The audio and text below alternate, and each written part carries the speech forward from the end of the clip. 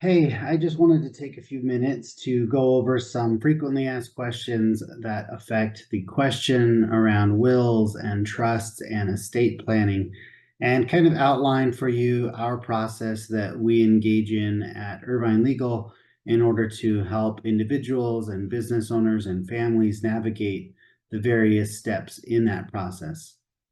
So the first question that often comes up is, what in the heck is a will? And do I need to have one? And if I do, what's going to happen to my family if I pass away at some point? And the reality is, a will, by definition, does not become legally effective until you pass away. And so, because of that distinction, a lot of times, almost always, a will has to go through a small court process called probate. And this is the probate process is the step in the court where everybody gets worried, because this is often where individuals and family members and potential beneficiaries are notified of court proceedings and of an estate being opened. And this is where people come out of the woodworks with claims to try to challenge either your instructions, or if you didn't even have a will, just the default instructions. This can really consume a whole lot of time and energy and financial cost as well. I don't recommend just having a will by itself, but obviously something is better than nothing.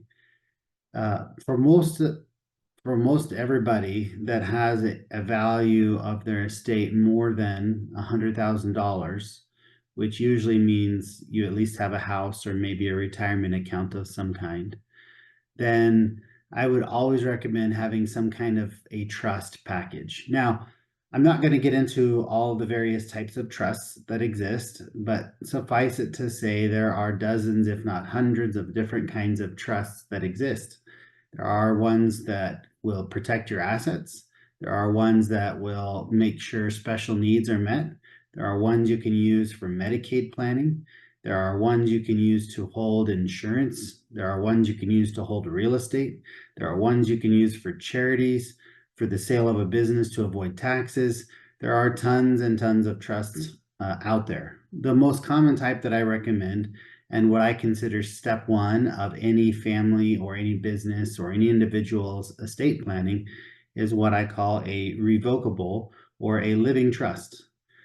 And this kind of trust is something that we set up while you're alive. We fund it with at least one asset in order to avoid the probate process. And usually we combine the power of attorney, healthcare directives, and related ancillary documents that would go with these kinds of plans. And so that's step one. I'd say everybody, I don't care, rich or poor, young or old, everybody should have some kind of a trust, a revocable living trust put in place. And then beyond that, depending on your circumstances, we might go into one of three further steps.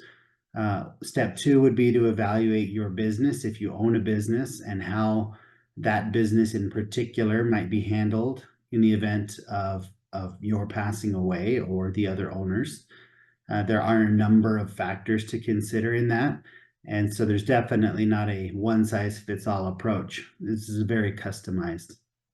Step three would be to look at your estate and look at the assets of your estate, and to consider whether we should implement and put in place certain, I guess protections is the best way to say it, but certain tools that will allow you to keep those assets safe, to keep them protected. A lot of people confuse the family or the revocable or the living trust and think that it provides asset protection.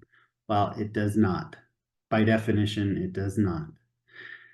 Anyway, not everybody needs that, but a lot of people will benefit from that kind of a tool, or at least that kind of a discussion. And then once that's done, step four, we would explore whether or not the size of your estate, meaning the financial value of your estate, is going to trigger certain tax thresholds that either the state or the federal government is going to assess certain tax penalties or assessments on the size of the estate. And if that's the case, we like to be proactive about putting in place other tools and other vehicles in order to make sure that the tax planning for your estate is handled. Now, again, not everybody needs all four of those steps, but 100% if you have a will or if you don't have anything at all, your family's going to court. If you want to avoid that, my recommendation is we start with step one, the family revocable living trust. And then depending on circumstances, we analyze the need and the potential options for step two of how to deal with your business in your estate. Step three, how to actually look at the asset protection available to you. And then step four, how to strategize to limit the kinds of taxes that will be assessed on the value of your estate. Bottom line, these rules change, these thresholds and the specific numbers change. And so I always offer free consults to discuss these. Everybody's situation is different, but happy to be a resource. Obviously, you know how to get a hold of us, and I look forward to speaking with and helping you and your family and your business navigate these ups and downs and these question marks successfully.